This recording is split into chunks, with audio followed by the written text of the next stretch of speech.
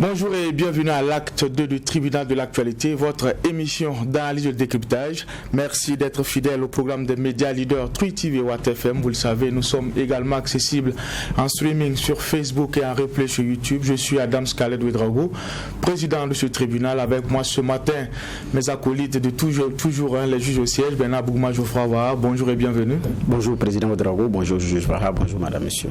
Bonjour juge Bougma, bonjour président, bonjour auditeurs et téléspectateurs. Dernière mesure prise au lendemain de l'attaque de Solan. Voilà le premier sujet enrôlé pour cette deuxième convocation de la semaine du tribunal de l'actualité.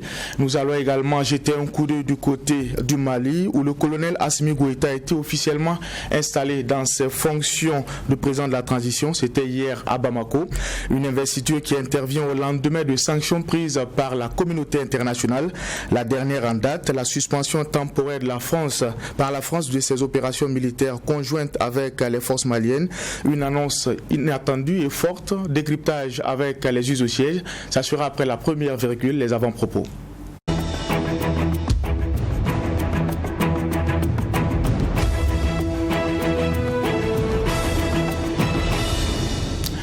Et pour cette partie, nous allons donner la parole au juge Bougma. Merci président. Mon avant-propos va concerner le Gabon, qui est en train de plier ses bagages pour quitter, peut-être pas quitter la francophonie, mais qui est en train de rejoindre le Commonwealth. Normalement, le sommet était prévu pour le 21 juin de cette année-là. Donc, en principe, ça devait être là-bas que les choses devraient se passer. Mais bon, ça a été reporté à cause du Covid, mais on ne sait pas ce que ça va donner après. Sinon, en tout cas, les lignes bougent. Parce qu'Ali Bongo lui-même dit qu'il a eu un échange très chaleureux, concluant avec l'honorable au niveau du Scotland, en vue de l'adhésion du Gabon au Commonwealth. C'est son tweet que j'ai dit. Ce sera pour notre pays un apport historique. Cette volonté commune pourrait se concrétiser dès le prochain sommet du Commonwealth à Kigali, au Gabon.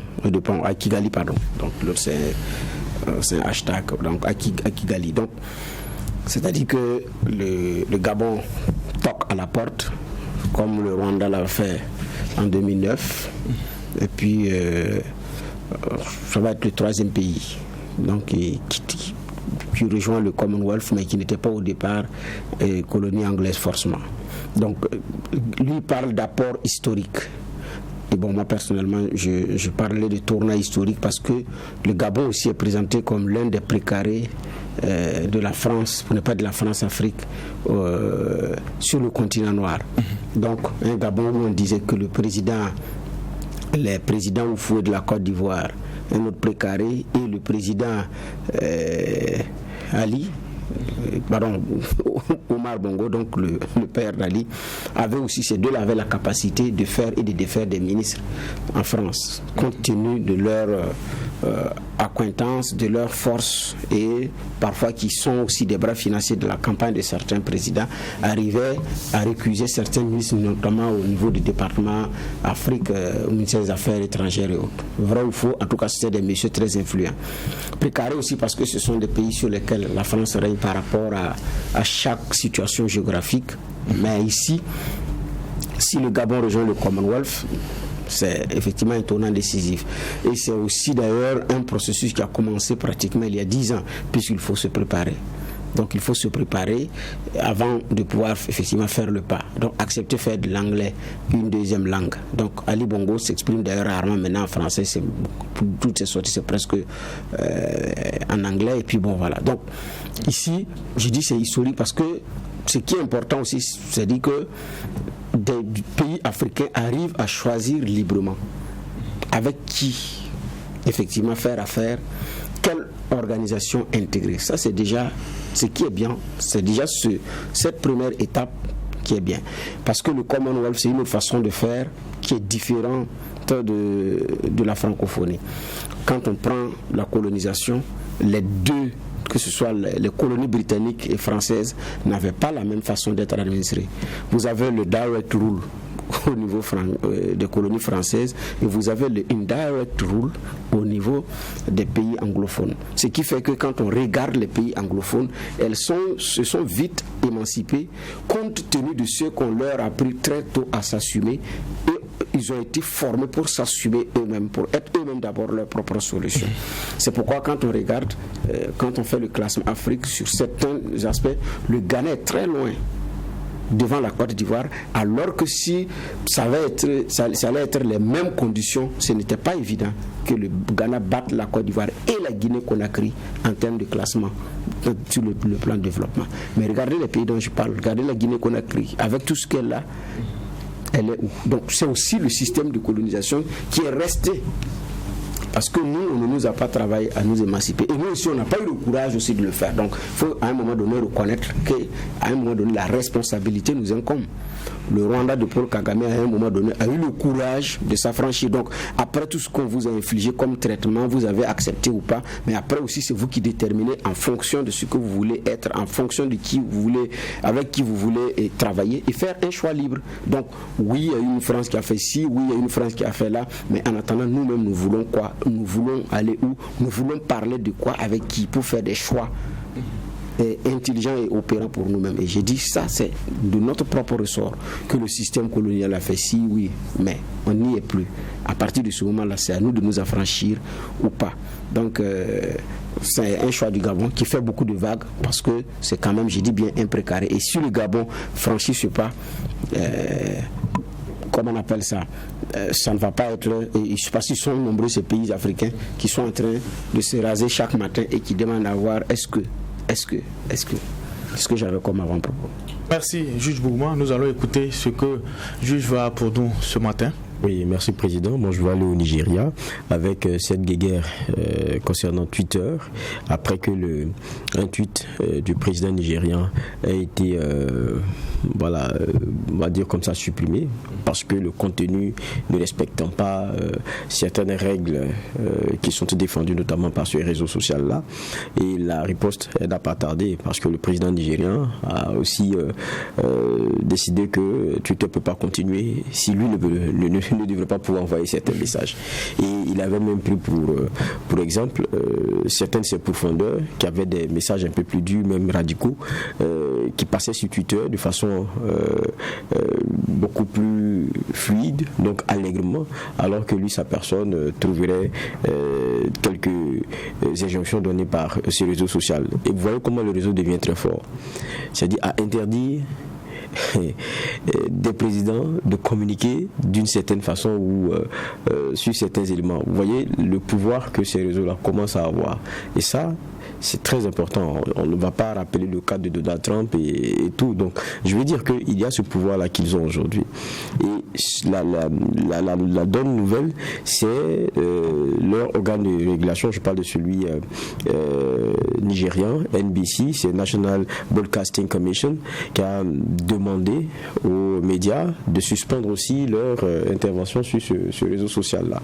Vous savez, pour les médias, c'est un peu plus compliqué. C'est-à-dire, en même temps qu'on a la perception pour certains qu'on veut porter atteinte à nos libertés, donc de presse et donc d'expression. Pour d'autres, il faut aussi un certain patriotisme, il faut une certaine solidarité. Donc, on va dire que les réactions sont diverses. Et puis, il y a ceux pour qui Twitter aussi est l'un des outils premiers pour atteindre leur public cible. Donc, ça devient un peu plus difficile, donc impactant de fait leurs activités. C'est dans cette réalité-là que le Nigeria est aujourd'hui. Donc, moi, je pense que la leçon et ce qu'il y a de profond, c'est qu'on continuera toujours à être ainsi lorsque les outils premiers les plus forts avec lesquels que nous utilisons tous les jours ne nous appartiennent pas et ne sont pas à nos mains. Je pense que les Russes ont compris. Vous avez dit que les Russes sont très forts. Vous allez voir les Chinois, ils ont compris. Ils ont développé souvent des réseaux en interne qui sont beaucoup plus forts que ceux qu'on a un peu plus mondialement, on dira comme ça. Et ça fait que d'une façon ou d'une autre, même si ces réseaux-là, il y a des mésententes ou bien des bisbilles, l'impact n'est pas si fort. Mais ça nous oblige aussi à repenser beaucoup de choses. On a reçu au tribunal de l'actualité, ce jour-là, moi je n'étais pas là, c'était le promoteur de Waiban, qui avait été poursuivi par Yahoo et qui a remporté son procès, qui est un Burkinabé, qui offre plusieurs solutions. Assis en sommet. Voilà. Ça veut dire quoi ? Il faut, et c'est comme ça, en encourageant nos innovateurs, en encourageant les solutions qui nous sont proposées et en les accompagnant, c'est comme ça qu'on s'affranchit petit à petit. Je pense que c'est une leçon. Merci, messieurs les juges, pour ces différentes clés de lecture. Merci aussi à l'équipe de réalisation de cette émission, le tribunal de l'actualité, on l'a dit, pour cette convocation. Nous allons en tout cas commencer avec le premier sujet enrôlé pour cette convocation, qui est l'attaque de Solan, on l'a dit. C'est l'attaque la plus meurtrière enregistrée par le Burkina Faso depuis 2015. Au lendemain de ces attaques, le Burkina Faso pense ses plaies. Des mesures sont prises justement pour sécuriser cette partie du Burkina Faso. Nous allons revenir là-dessus, on l'a dit également. Le Premier ministre, à la tête d'une forte délégation, a fait le déplacement de la localité pour apporter son soutien aux populations et en tout cas témoigner sa solidarité et sa compassion à l'ensemble des familles éprouvées. Nous allons revenir sur cette actualité-là. Juge Bougman, on l'a dit, le Premier ministre était à Solan, à une visite qui s'imposait, en tout cas selon certains. Oui, une visite qui s'imposait, pour beaucoup d'ailleurs elle a tardé. Et donc, parce que après les événements, il y en a qui ont estimé qu'il fallait aller plus tôt. Mais bon, bref, il y est allé dans des conditions qu'on connaît, hautement sécurisées. Bon, mais puisque, bon, qui est curieux, c'est qu'après, c'est comme un pied de nez fait aussi faire à la délégation. Il y a ce jeune-là qui a été également abattu juste après le départ du Premier ministre, parce que ayant été encouragé à rejoindre les postes, et puis bon, la suite on la connaît. Mais bref, il y est allé, mais c'est bon pour le moral, c'est bon à prendre pour le moral, mais je pense que dans ce contexte, ce n'est pas suffisant. La seule visite ne suffit pas, parce que ce n'est pas la première fois qu'on a des visites officielles. Ce qu'il y a, je dis, c'est à partir de ce moment, c'est qu'est-ce qui va être donné comme signe par rapport à la lutte contre le terrorisme. Il y est allé entouré des deux ministres qui font l'objet actuellement d'une pression énorme sur les réseaux sociaux et qui sont allés accompagner le Premier ministre. Ils sont revenus, mais on attend, moi c'est beaucoup plus la suite qu'on attend, parce que la seule visite, elle n'est pas suffisante compte tenu de ce qu'on a eu comme ampleur de dégâts. D'accord. Alors on peut peut-être discuter sur le timing de cette visite-là, mais déjà la symbolique et la présence des autorités sur le terrain compte énormément sur le plan psychologique, notamment au niveau des familles, juge Vara. Oui, c'est clair que si une semaine, 2 semaines, on ne voyait pas des autorités de la trempe d'un Premier ministre ou quoi arriver à Solan ou dans la région, nous serions les premiers à critiquer et à dire que c'était pas normal, c'est irrespectueux au regard de ce qui s'est passé et tout. Mais ça s'est fait. La visite, elle a lieu. Il faut d'abord saluer cela. Ça, c'est aussi simple que ça. Maintenant, c'est un Premier ministre qui vient avec une forte délégation apporter un message. C'est celui d'abord des condoléances, de dire qu'il est... Donc le gouvernement et le président par ricochet, parce qu'il dit très bien que c'est une mission qui a été dit par le président du Faso, donc que tout ce monde-là est solidaire de ces populations-là et qu'il les accompagne et surtout les rassurer. Je crois que c'est aussi le message qui est porté. En tant qu'Africain, c'est des gestes qui sont forts. Vous savez, quand il y a le malheur, même quand vous ne pouvez pas apporter la solution, c'est bien de venir pleurer avec celui qui a ce malheur-là. C'est au moins cette empathie que vous partagez, c'est la considération que vous avez pour elle, et puis aussi votre caractère humain qui est ici, qui s'exprime ici. Mais on est dans un cas qui est le cas nation, où les condoléances seules ou partager les souffrances seules ne suffisent pas. Lorsque vous avez été désigné comme étant celui qui devrait être l'apporteur de solutions au regard des promesses de solutions que vous avez eu à faire. C'est dans ce contexte aussi qu'on est. Donc quand vous venez rassurer, alors que c'est vous qui avez la solution, lorsque c'est répété, c'est-à-dire qu'à chaque fois vous venez rassurer, ça se répète, vous venez rassurer. Ça se répète, vous venez rassurer. Vous comprendrez à la fin que ça n'a plus le même accueil. Parce que derrière, il y aura forcément des douleurs difficiles à garder. Parce qu'à un moment donné, lorsque ça se répète, il y a des questions légitimes qui se posent. Et vous-même, quand vous venez, c'est sûr que vous venez avec une certaine gêne. Parce que vous avez été il n'y a pas longtemps dans le même cadre, donner le message de l'assurance que bientôt ça va changer. Et là, on a 132 morts, du jamais vu en une seule attaque. Donc ça veut dire que on est dans une situation qui est en train de s'empirer. Un bilan qui a été revu à la hausse, on parle de 147 morts. Voilà. Donc ça veut dire que, à la vérité, c'est en train de s'empirer. Donc même quand vous venez dire je suis avec vous, vraiment courage, on ne vous dira pas en face, mais on dit mais vous faites quoi? Vous faites quoi? Quel espoir on doit avoir? Je crois que ça, c'est une question qui reste. Donc le geste, pour moi, il est à saluer, mais il reste, parce qu'on est dans le cadre État, la question de la réponse et des résultats. C'est ça qui va rassurer. Je crois que c'est ça le plus important aujourd'hui. Alors vous l'avez dit, il y a des mesures qui s'imposent. On peut dire effectivement que depuis hier, il y a des mesures qui ont été prises au plan local, au plan déconcentré, pour essayer de rassurer les populations et surtout sécuriser cette partie du Burkina Faso. On parle d'une accentuation des restrictions, notamment la limitation des circulations des engins à 2 roues et des tricycles. Cela justement va participer à sécuriser la zone. Juge Bougma, quand on voit un peu la nature et le mode opératoire utilisé par, je dirais, les hommes armés. Mais cette mesure n'est pas nouvelle. Elle n'est pas nouvelle. L'interdiction de circulation des tricycles, des engins à 2 roues à une certaine heure, couvre-feu, ceci ou cela. Donc ce n'est pas, c'est pas nouveau. Maintenant, ce qui est curieux, c'est que c'est même dans ce couvre-feu que les violences sont commises, les attaques sont commises, les exactions sont commises. Donc on a un couvre-feu, un état d'urgence décrété dans certaines zones, un couvre-feu qui est renouvelé à tout moment, mais qui n'arrive pas à contenir effectivement la menace. Parce que malgré cela, il y a toujours des attaques la nuit. Donc ici, la mesure, oui, elle est la bienvenue. Il fallait le faire. Il fallait même aller un peu plus, pousser le bouchon un peu plus loin par rapport à certaines mesures. Maintenant, c'est comment est-ce qu'on fait appliquer une telle décision?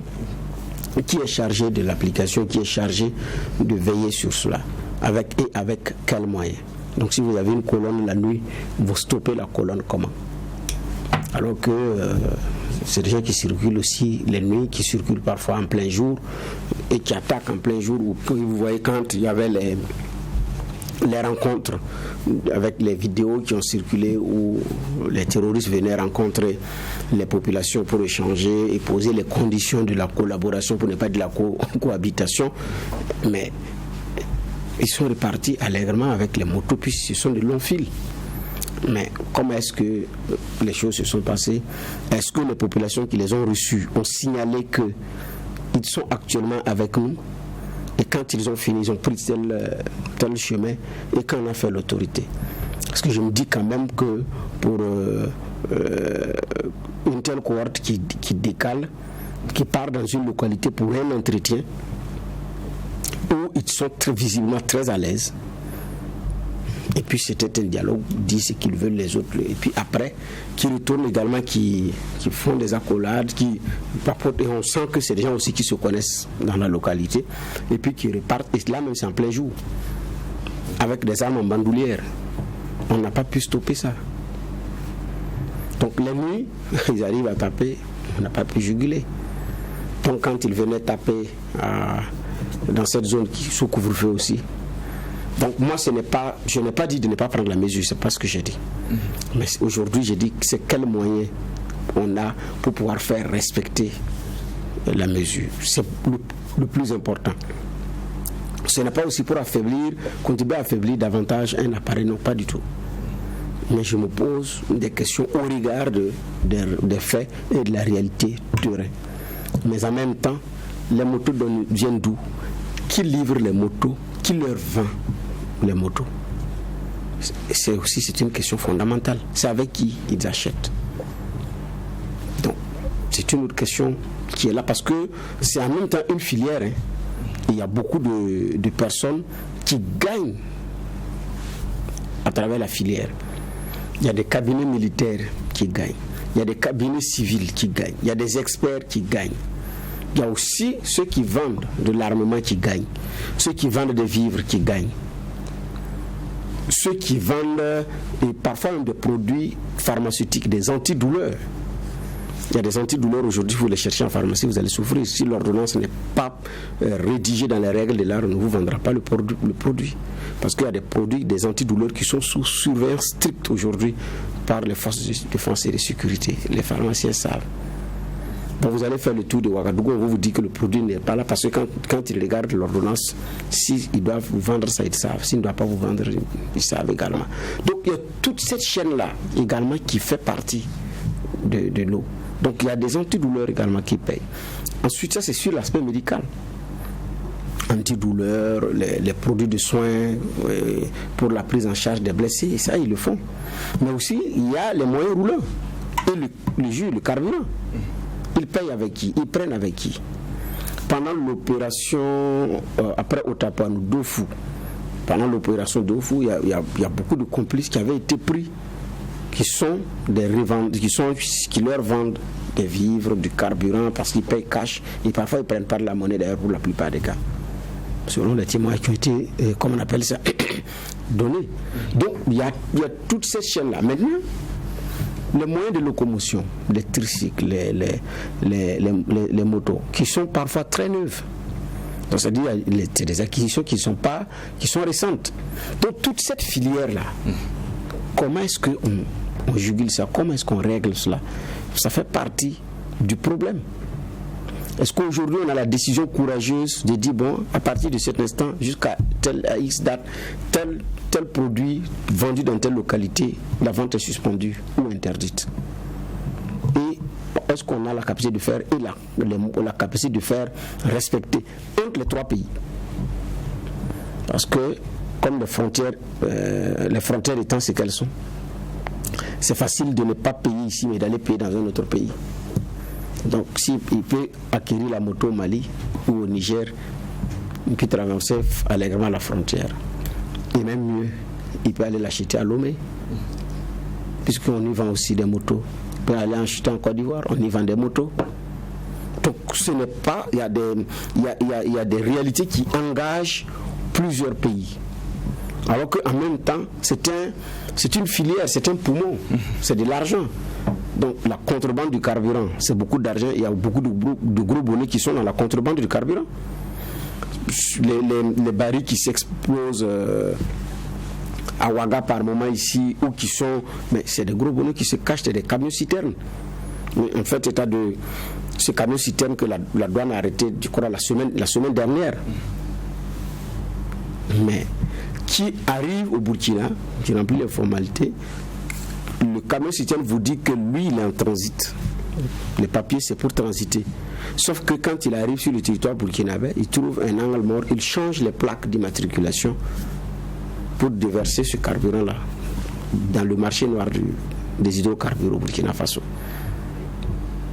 Mais quand on fait le point du coût de ce que sera, je ne sais pas n'importe qui peut se lancer dans ce business, il faut avoir suffisamment d'argent, vous ne pouvez pas. Le camion c'était le coût de combien? Même si vous avez loué le carburant qui est à l'intérieur avec tout ce qui va avec. Donc il y a toute cette réalité qui est là.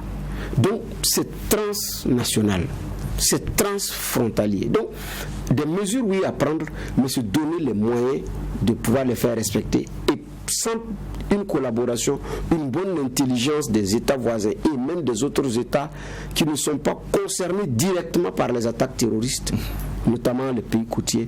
Sans cette collaboration, ça va être des plus difficiles. Parce que, par exemple, pour aller taper à Kafolo, les informations font état de ce que la colonne, ils ont quitté le Burkina pour pouvoir se retrouver là-bas. Combien de temps est-ce qu'ils ont pris pour traverser cette zone forestière et tout pour pouvoir se retrouver là-bas et réussir à taper et pouvoir replier? Donc ça aussi c'est des limites au niveau de la frontière. Donc j'ai dit surveillance de certains produits, interdiction ou bien suspension de la vente de certains produits, oui, mais un seul pays ne peut pas.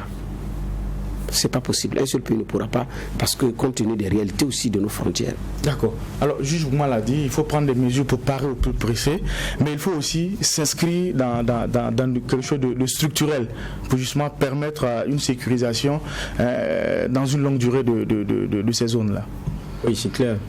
Je pense que l'arrêté dont vous parlez, qui interdit donc la circulation à moto et en tricycle de jour comme de nuit dans des zones qui sont clairement définies, ça ne date pas d'aujourd'hui, cette mesure-là. Je pense que l'arrêté, l'un de ses derniers renouvellements, même c'était en février dernier, donc c'est pas une bonne nouvelle.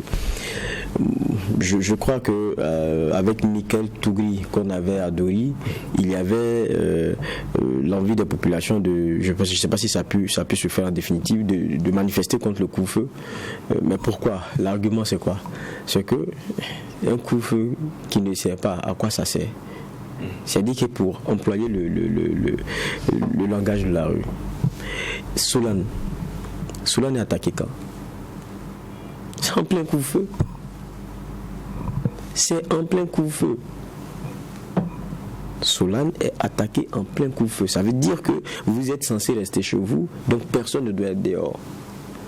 Ils ne sont pas venus à deux, je le dis, pour venir massacrer plus de 140 personnes comme ça. On ne vient pas à 2, à 3, ni à 10. Et on sait comment ces messieurs-là circulent, c'est des cohortes, ils sont en ligne, en file indienne comme ça, et c'est des vingtaines, des trentaines, des quarantaines de motos que vous avez en file indienne, à une heure de couvre-feu. Moi, je ne sais pas s'ils descendent de leur moto et puis ils les poussent. Ils les roulent. Le vomissement, là, on l'entend. Vous voulez quoi? Si ce couvre-feu, on n'arrive pas à le faire respecter. Parce que, vous savez, l'interdiction n'a de sens que dans votre capacité à veiller à ce que le dépassement ne se fasse pas, ou lorsqu'il est fait, il y ait des répercussions. Si ce n'est pas dans ce sens-là, l'interdiction ne vaut rien. Disons-nous les choses clairement. Donc, vous allez multiplier les interdictions, vous allez multiplier vos mesures, tant que vous n'y veillez pas. Ça n'a pas son sens. On est là, nous sommes des pères de famille. Dites à vos enfants, celui qui s'amuse à excéder avec, je ne sais pas, vous avez payé une boîte de chocolat, c'est vous qui les servez. Non, c'est moi qui sers, point barre. Si je vois quelqu'un l'utiliser, c'est pas possible. Mais quand votre enfant vient vous parler avec des lèvres toutes pleines de chocolat, vous discutez avec lui, puis vous laissez partir. Vous avez bien vu. Parce que l'interdiction là, ça sert. Vous êtes complaisant, ça continue. C'est une réalité. Donc, l'interdiction va avec les capacités que vous mettez pour veiller à son respect ou ce que vous déployez en cas de non-respect. C'est de ça qu'il s'agit. Donc les mesures n'ont de sens que dans ce cadre-là. Maintenant, moi, il y a beaucoup de questions que je me pose. Regardez même, à un moment donné, qu'est-ce qu'on s'est dit? Non, c'est parce qu'il n'y a pas une claire répartition de nos forces sur le territoire en termes de maillage qu'on a des problèmes. Mais regardez, c'est récurrent. Des attaques à côté de garnisons, mais à côté de groupements militaires qu'on a. Donc, ça veut dire que s'ils existent, en un lieu, ce n'est pas pour se bunkériser. Je pense que c'est pour irradier un rayon. En termes de contrôle, je ne sais pas. C'est pour irradier un rayon. Donc, rassurer un rayon, assurer un rayon. Mais quand vous décidez de ne pas partir à 13 km parce que vous êtes sûr que la voie là, elle est minée, ça veut dire que bon, il n'y a pas de mission de déminage. Je ne sais pas qu'est-ce qui se fait. Donc, il y a beaucoup de questions qui sont suscitées. Vous êtes dans une zone à couvre-feu. Les gens se promènent allègrement et puis viennent massacrer pendant 2 heures. Le couvre-feu lui-même là, il sert maintenant à quoi? Donc, quand vous dites aux personnes que non, il y a l'interdiction de se promener en moto, de circuler en moto ou en tricycle sans autorisation, donc ceux-là, les cohortes, là, ils ont des autorisations, ils ont des autorisations. Donc, ça veut dire qu'il y a quelque chose qui ne va pas. Donc, bon, je crois qu'il ne faut pas on va se chatouiller et puis on va rire, quoi. Parce que ça va être ridicule. Donnons-nous les moyens de faire respecter nos mesures. Ou bien, ça n'aura rien comme effet et ça ne sera que je ne sais pas moi, du pas vrai service sur la table. Oui, parce que la faiblesse de ce genre de décision, parce que quand vous n'arrivez pas à la faire respecter, ça contribue davantage à affaiblir l'autorité, sa parole et puis ses initiatives. En fait, c'est l'effet revers qui est là. Mais si vous arrivez effectivement à faire respecter, là c'est bien. Alors que depuis que ces genres d'arrêtés ont été pris, on a vu les effets. Donc on insiste sur un arrêté, sur une décision qui ne produit pas d'effet. Alors que dans le même temps, à partir de 14h la même journée, des gens font état de ce qu'il y a un regroupement de combattants dans telle ou telle zone. Dans une zone aussi où est établi un détachement militaire. Jusqu'à ce que, à 2h du matin, des attaques commencent, des alertes sont données jusqu'à ce que l'opération finisse. Le détachement ne bouge pas, jusqu'à ce que les uns et les autres s'enfuient. Ça ne bouge pas. Tout porte à croire que même un seul terroriste, on n'a pas pris. Donc en même temps, quand ces genres de décisions tombent, je dis bien, la question que vous posez, mais qu'est-ce que ça veut dire? Et donc ça, on a un couvre-feu qui n'arrive pas à... En tout cas, sur le plan théorique, quand on regarde les données, on a l'impression que ça ne règle pas le problème. Les uns et les autres savent qu'il y a des heures où vous ne devez pas circuler. Mais il y a des gens qui n'ont pas d'heure pour circuler et puis il n'y aura rien. Parce qu'ils sont armés et tout. Donc je parle des terroristes. Donc je pense que nous sommes dans une telle situation et ces genres de mesures auraient pu avoir de l'effet sur au plan local, les initiatives locales, les populations. Il y avait des combattants formés pour ça. C'est eux qui pouvaient contribuer à régler ce problème. Mais si c'est la force régalienne, compte tenu de nos effectifs, je pense que ça va être difficile. On ne peut pas dire impossible, on ne peut pas être trop pessimiste, mais ça va être très difficile. Parce que, en termes de sécurité, on a un Burkinabé pour combien? Donc on n'arrive même pas à respecter les normes, les standards internationaux en matière de normes sécuritaires pour chaque citoyen. Je ne parle pas au niveau de au niveau localité. Donc, quand on prend ceux qui sont dans des camps, qui veillent, donc qui sont dans les différents camps à Ouagadougou, c'est un effectif. Se détacher pour les personnalités, c'est des effectifs, les attachants, enfin tout. Maintenant, par rapport à une mesure dans ces zones-là, on n'a pas suffisamment d'hommes pour ça. Tout porte à croire aussi qu'on n'a pas suffisamment de moyens nocturnes pour ça. Parce que la nuit, c'est tout autre équipement. Maintenant, quand elle vient, il n'y a personne d'autre également qui vient en appui, comme les auxiliaires ou je ne sais pas moi, c'est très difficile. Alors que si on avait suffisamment de moyens avec les initiatives locales, que ce sont les groupes d'autodéfense ou des VDP, identifiés, entraînés, formés comme tel, équipés comme tel, à qui on avait fait confiance, parce que après on a la capacité aussi de la démobilisation, de la réinsertion, parce que ça participe d'un pan, ces choses-là pouvoir facilement être réglées. Parce que ces gens-là peuvent savoir qui a démarré où, à quel moment pour aller où, et qui est rentré.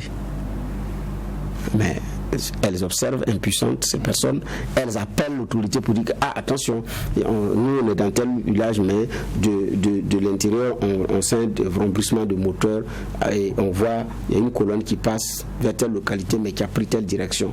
Ces alertes là sont données. Ces alertes sont données. Mais après, en face, il y en a suffisamment de moyens pour en faire face. Donc je pense que ce qu'il y a, c'est pas seulement la prise de la mesure, c'est la capacité à faire respecter. Et ça, c'est un élément qui est fondamental, c'est un élément qui est très important. Merci, monsieur le juge, sur la lecture donnée aux dernières décisions prises en lien avec l'attaque de Solane.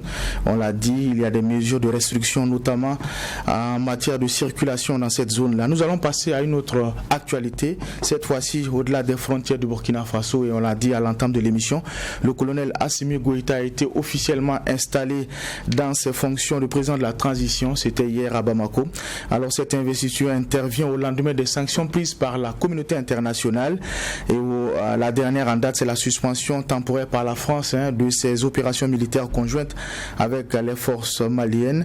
Une actualité des sanctions que nous allons analyser et décrypter avec les juges sur ce plateau.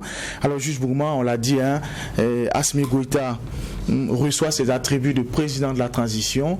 On note l'absence des chefs d'État, ce qui n'est pas étonnant compte tenu de la sanction qui pèse sur le Mali. Mais ce qui était attendu, c'est le discours. Est-ce qu'on allait assister à un discours conciliant ou un discours qui tend à rassurer la capacité justement de Assimi Goïta et ses hommes d'assurer le reste de la transition? Oui, qu'est-ce que vous avez retenu justement de cette allocution? Les uns et les autres ont raison de chercher à savoir ce qu'il va dire, parce que monsieur parle même pas. C'est pas quelqu'un qui est loquace, qui est sur des plateaux depuis les événements. Donc, ce qui fait que il est très attendu sur ces questions. Qu'est-ce qu'il va dire? Qu'est-ce qu'il dira? Il a un porte-parole, et c'est le porte-parole qui explique tout, qui dit, donc quand même quand il y a un communiqué signé par son nom, c'est le porte-parole qui soit livré, qui tient les conférences de presse.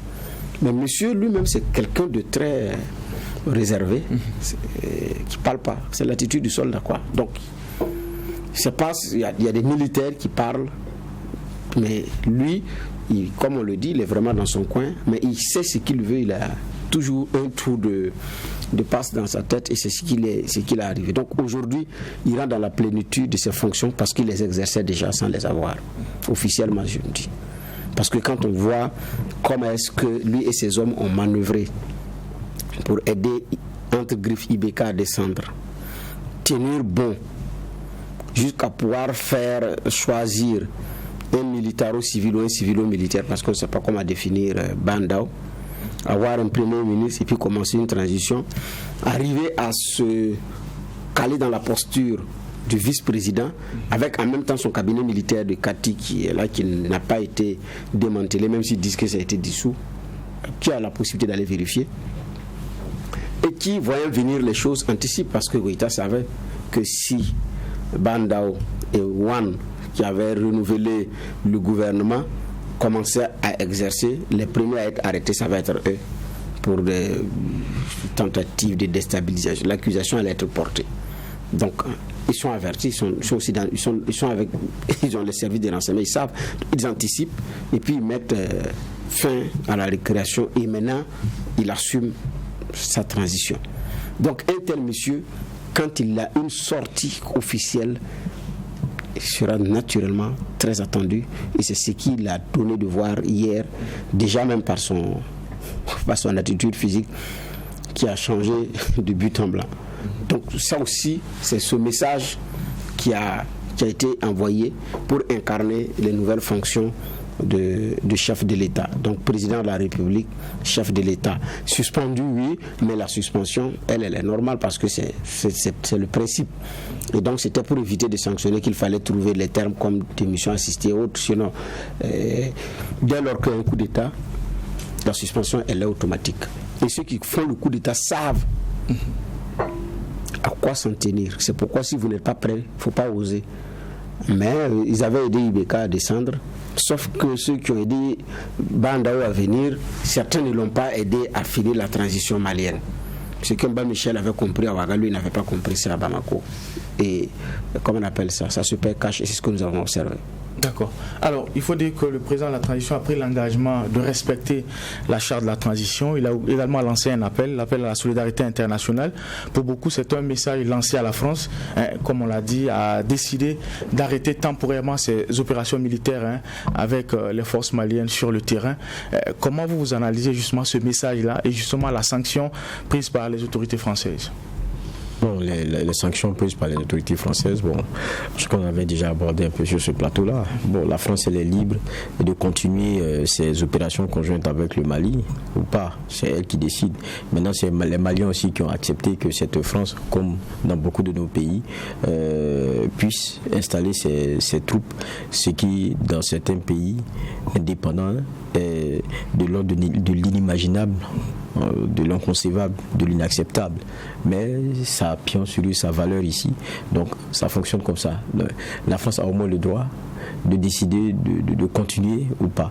Maintenant, c'est ce qui est risible aussi, c'est comment aussi ces gens pieds à notre dite indépendance. C'est-à-dire on se réserve aussi le droit de mener apparemment des actions esselées. C'est-à-dire c'est le caractère conjoint qui ne se fera plus. Mais comment est-ce que vous pouvez continuer de rester, d'opérer dans un pays seul? Je trouve ça quand même un peu bizarre. Mais bon, on est aussi le continent de beaucoup de choses qui sont incongrues. Mais bon, bref, c'est pas ça le sujet. Pour moi, la situation malienne aujourd'hui, il y a une transition et ces hommes qui n'ont pas d'autre choix que d'arrondir les angles pour ne pas avoir d'autres sanctions internationales, parce qu'on sait ce que ça vaut pour le Mali. On a suivi avec beaucoup d'intérêt ce qui aurait pu être décidé au niveau CEDEAO concernant le Mali. On sait que, comme la plupart de nos pays, nous vivons sous beaucoup d'importations. Il y a beaucoup de consommations qui ne sont pas de l'ordre de nos productions. Et ça, c'est une réalité. Donc quand vous êtes sous embargo, ça devient un peu plus compliqué. C'est une pression beaucoup plus forte sur vos populations. Et puis, c'est clair qu'on connaît en définitive l'impact que cela pourra avoir. C'est d'être vomi par ces mêmes messieurs-là, par cette population, donc le risque de voir votre transition ne pas aboutir, en tout cas avec vous à la tête. Et ça, c'est une réalité que la transition a pu comprendre. Et donc aujourd'hui, obligé d'arrondir les angles avec cette communauté internationale, mais quand on le dit, on sait que c'est la France en premier, et de voir comment est-ce que, bon an, mal an, on peut rassurer qu'au moins les dates, parce que c'était le grand défi pour certains dans le discours de Goïta, est-ce qu'on parle de zéro ou bien on reste toujours dans le carnaval qui a été tracé avec la charte et les délais qui ont été définis? Je crois que ce qu'il a donné comme message, c'est qu'on reste toujours dans ces carnavals-là, avec les dates qui sont définies pour des élections. Maintenant, est-ce que ça va tenir? Ça, c'est autre chose. Parce que tu vois, les transitions, elles ont toujours de bons discours, mais vers la fin, vous vous rendez compte qu'il y a toujours des volontés de prolonger, quitte à se dire qu'il y a des éléments encore à clarifier pour qu'on ait des élections qui soient crédibles, transparentes et équitables. Souvent, c'est ça la réalité. Je pense que Goïta, il est intelligent. Il sait qu'aujourd'hui, pour l'heure, c'est rassurer les uns et les autres, et que comme le processus d'acceptation de la transition en interne, en tout cas, il semble avoir été fait, et qu'au niveau international, on le laisse continuer. Je crois que c'est ce dans quoi il est aujourd'hui. Mais je trouve aussi que ce qui est intéressant dans son message à lui, c'est qu'il y a la communauté internationale et cette pression-là, mais il y a son peuple qui n'a pas oublié. Ça, c'est très important. Parce que quand je regarde le clair de son message, il a d'abord été adressé aux Maliens. Et il cite même les agriculteurs, les éleveurs, parlant par exemple de conflits intercommunautaires qui sont très forts au Mali et qui ont causé aussi beaucoup de morts. Il a parlé de la question du train de vie de l'État. Vous avez tous compris l'engagement qu'il avait pris de céder 2/3 de la caisse noire, on va dire comme ça, du président. Il a même évalué ce que ça devrait faire. Et concernant les syndicats, ce qui était aussi très attendu, il a dit clairement qu'il va prendre langue avec eux sur certains points. Et puis on sait aussi que parmi les dossiers où ce que traîne le Mali et qui est vraiment difficile, qui a fait tomber IBK, c'est la question d'injustice et puis la question d'impunité. Donc aujourd'hui, ça tient au cœur des Maliens. Donc le changement qu'ils ont voulu, ce sont des questions qui sont profondes aussi. Et ça, Assimi Goïta, il en est conscient. Il faut donc, dans son message, dire aux Maliens, attention, c'est pour ça qu'on est dans ce problème aujourd'hui. Parce que c'est ça qu'il faut régler. Je vous promets que je vais m'atteler à ça. Mais en même temps, il y a ce message qu'il faut donner à la communauté internationale. Donc c'est un discours qui a été complet pour un homme qui n'a pas l'habitude de la parole. Et ça, vous savez, quand vous êtes taiseux, le moindre son que vous sortez a plus de poids que celui qui a pour habitude d'être dans, je sais pas moi, dans le verbiage et tout, ça ne pèse pas de la même façon. Et Goïta, il a pu déposer ça. Maintenant, on attend de voir ce que ça va donner. Même des engagements pris à l'endroit du monde syndical, c'est que c'est des personnes qui vont attendre de pied ferme. Parce que n'oublions pas qu'il y avait des mouvement qui était entrevu, c'est la période de Bandao tombée et autres qui a fait qu'ils se sont un peu rétractés, histoire de savoir avec qui on discute ou bien qui est sur le fauteuil. Donc c'est clair que dès que Goïta finit de lever sa main et finit de prêter ses mains, il attend dehors.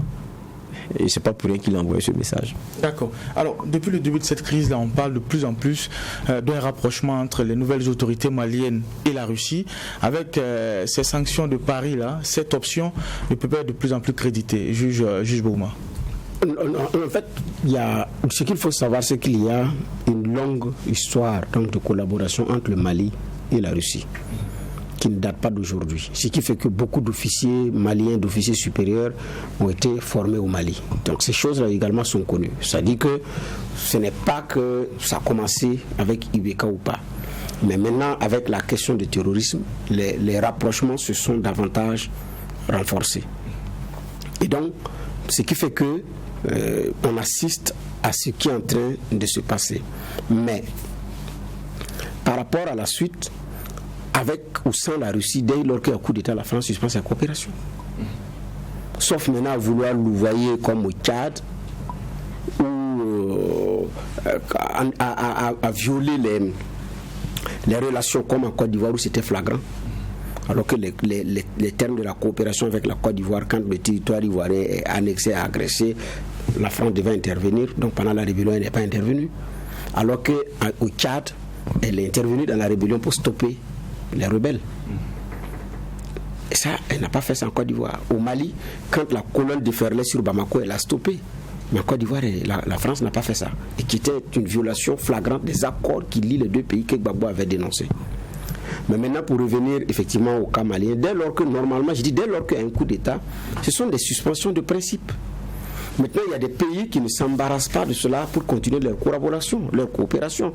J'ai toujours rappelé qu'au Burkina, sous la transition, la coopération belge a suspendu. La Belgique a suspendu sa coopération parce qu'elle ne travaille pas avec un État qui n'est pas issu des eaux. Ça, c'est le choix belge. La Chine, ce n'est pas son problème.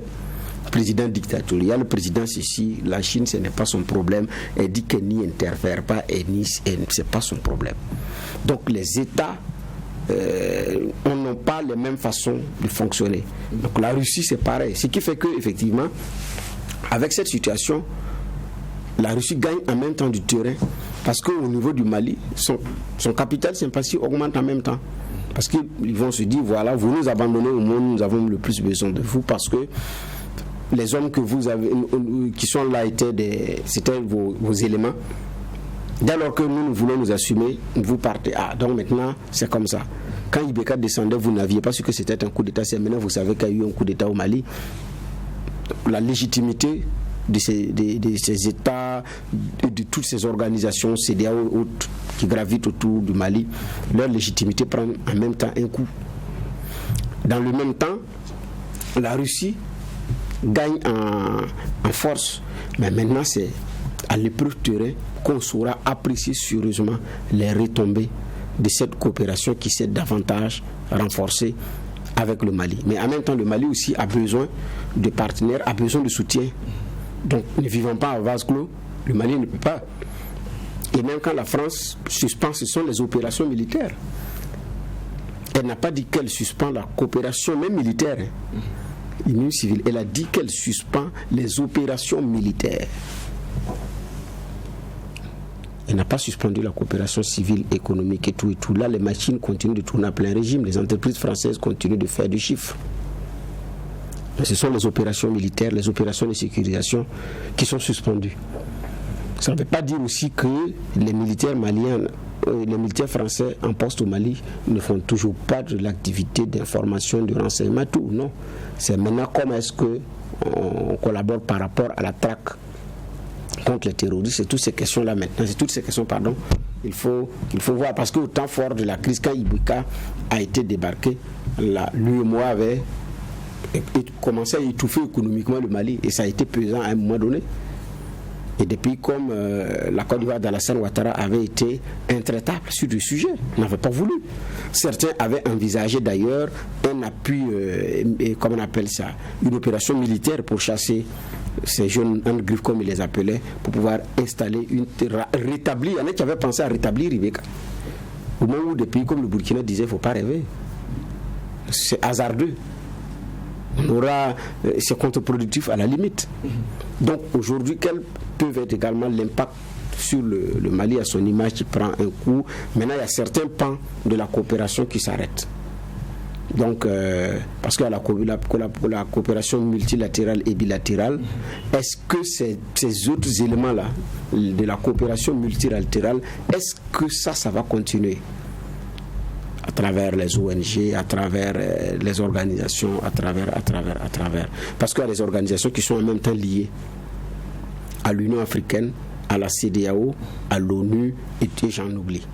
Maintenant, il y a d'autres qui sont beaucoup plus libres par rapport à cela. Mais en même temps, ça donne, de mon point de vue, aux Maliens de savoir être résilients. Vous savez pourquoi? Parce que les élections, là, qui va financer? Le Mali lui-même, ou bien les mêmes États ou les organisations qui disent qu'elles ne vont plus collaborer avec le Mali. Est-ce que ce sont des organisations encore qu'il faut attendre, qui vont apporter de la logistique, des hommes, des observateurs, des encadreurs, des formateurs ou ceci ou cela, quand le processus électoral va arriver? Ou bien le Mali va s'assumer, enfin, comme la RDC de Laurent, comment on appelle ça, de Joseph de Kabila,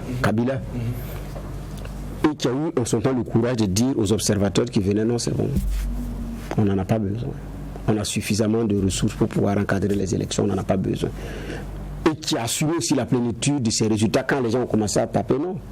Mais quand c'est eux-mêmes là qui viennent financer l'élection, la souveraineté prend en même temps un coup.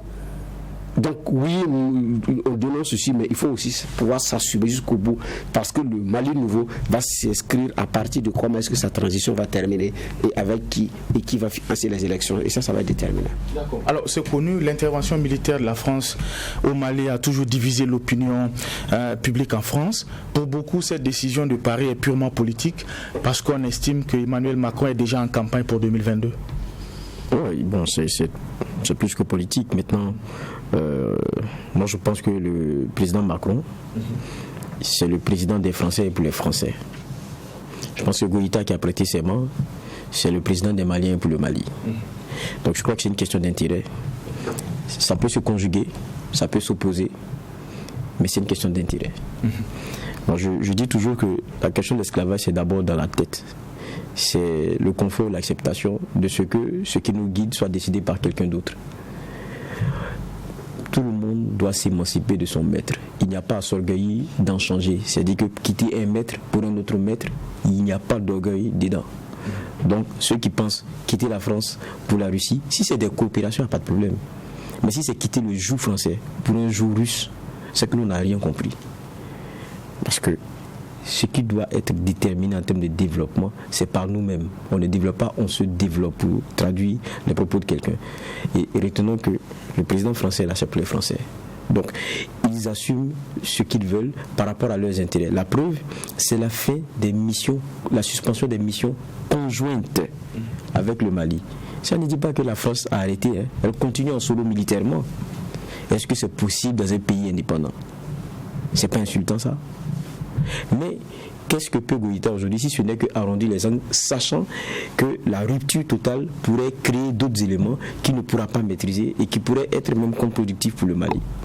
Parce qu'il y a un jeu d'intérêt qui est derrière. Peut-être c'est ce qu'il faut regarder aussi de façon stratégique. Mais qu'à cela ne tienne. Mais je crois que le plus important aujourd'hui là, et le débat du jour, c'est le Mali et c'est les Maliens. Et je pense qu'ils ont compris, et comme beaucoup de jeunes aujourd'hui, c'est qu'on ne peut pas accepter que la question qui soit première aujourd'hui, qui est celle de notre sécurité, on ne compte que sur un pays qui est à des milliers de kilomètres et qui n'a que des intérêts chez nous. Vous savez, regardez le cas de la Libye.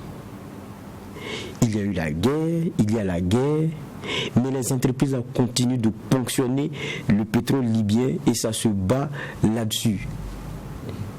Kadhafi ou pas Kadhafi, Libyen en meilleures conditions de vie ou pas, ce n'est plus le débat. Ce que Sarkozy disait, libérer les Libyens d'un jour, celui de Kadhafi, ce que Sarkozy disait, finir une essai de la dictature. Vous pensez que c'est quand on est arrivé en Libye, là, c'est ce qui est meilleur pour les Libyens? Mais ils sont en train de piller encore plus, que ce soit les Français, que ce soit les Russes, que ce soit les autres puissances, elles y sont et elles sont toujours en train de faire le travail qui est celui d'enrichir leurs États, de renforcer le meilleur être de leur population. C'est pour ça qu'ils sont élus. Macron, il va aller en campagne bientôt, c'est pour les Français. D'accord. Merci, messieurs les juges. Lecture des dernières décisions prises au lendemain de l'attaque des Solans et la situation sociopolitique au Mali. Voici les deux sujets qui étaient enrôlés pour la présente convocation. On va vous dire merci pour les différentes clés de lecture. On se donne rendez-vous demain pour la même mission, poser un regard critique sur l'actualité. Manatana, nous vous invitons à rester fidèles au programme des médias leaders Truth TV et Watt FM.